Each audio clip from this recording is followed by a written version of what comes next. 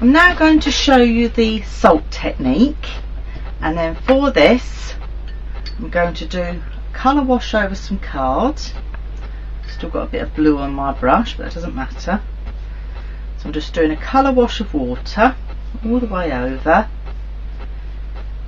and then I'm going in with a couple of the colours. I'm using the Perfectly Primary collection here, and I'm using number 2, which is the blue, and number 26, which is the nice green. So I'm just going to splot some colours on there. As you can see, it's quite liquid because you've got the water background, but that's not a problem. It gives a beautiful effect on its own.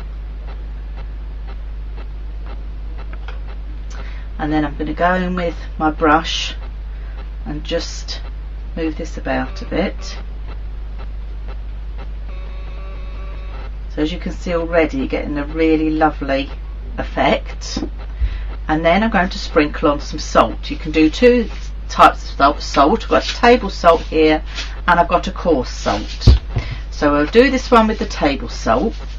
So we'll just sprinkle it all the way over with table salt. And again, this technique does have to be left to dry naturally, and I would recommend a good hour. So I'm putting quite a lot of salt on here. I'm going to leave that to dry for an hour, and then we'll come back to it.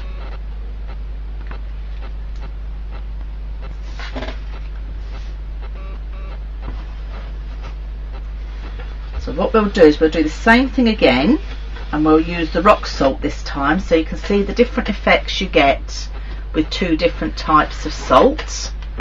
So that was with the table salt, so now we'll do one with the rock salt, which is bigger.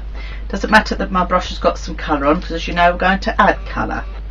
So we use the same colours again, number 2 and number 26, just so you can see the different effects with the same colours and the same product. So again,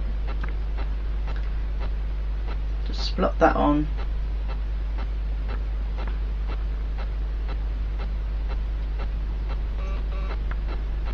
I know it's a bit like watching paint dry, but there we go.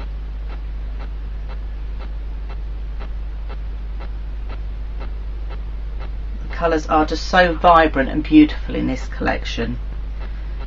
You know, these aqua tints, there's just so much you can do with them. You know, even if you're not a messy crafter, there is a lot you can do. Now that is nice and wet, so I'm now going in with some coarse sea salt, and I'm just going to sprinkle again all over. Nice good amount, and I'm going to let that dry to one side. What happens with the salt is the salt obviously dries up some of the colour, and you do get a beautiful effect. So again, I'm going to pop that to one side and let that dry naturally.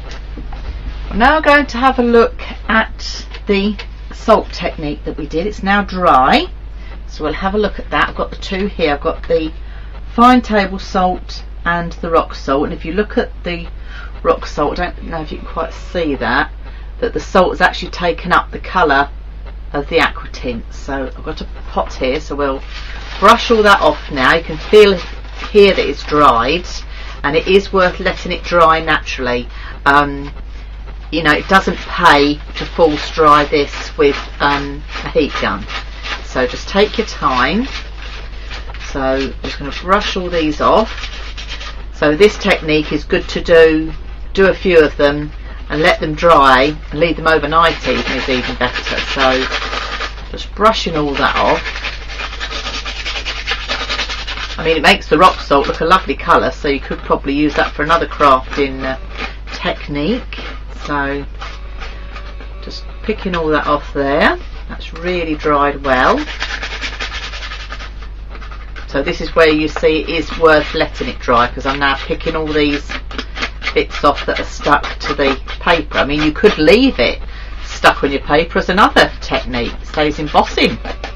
So the possibilities are endless really, it's just up to you. So that's the effect you're going to get. You get like a mottled effect. In fact, with these 2 colours, the colour that's come away, it looks a bit rustified here and verdigris, so that's quite a nice effect with those two colours that I've used. Now I'll just take the fine salt off here, the table salt. This I'm going to have to rub with my fingers, so do forgive me. You can hear it all coming off. Feels like sand now as it comes off.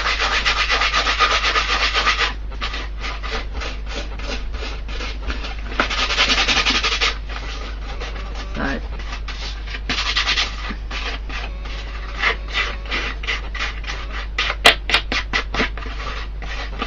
still a bit left on there. You can see where you've got it. So that's taken that off there, and again you've got a totally different effect. It's mottled it all, but you haven't got the same bigger marks, if you like, that you got with the rock salt. So that was the table salt, which has given a more subtle look, and then that's the rock salt. I think personally I like the rock salt look. So that's what the rock salt and the table salt look like when you've let them dry.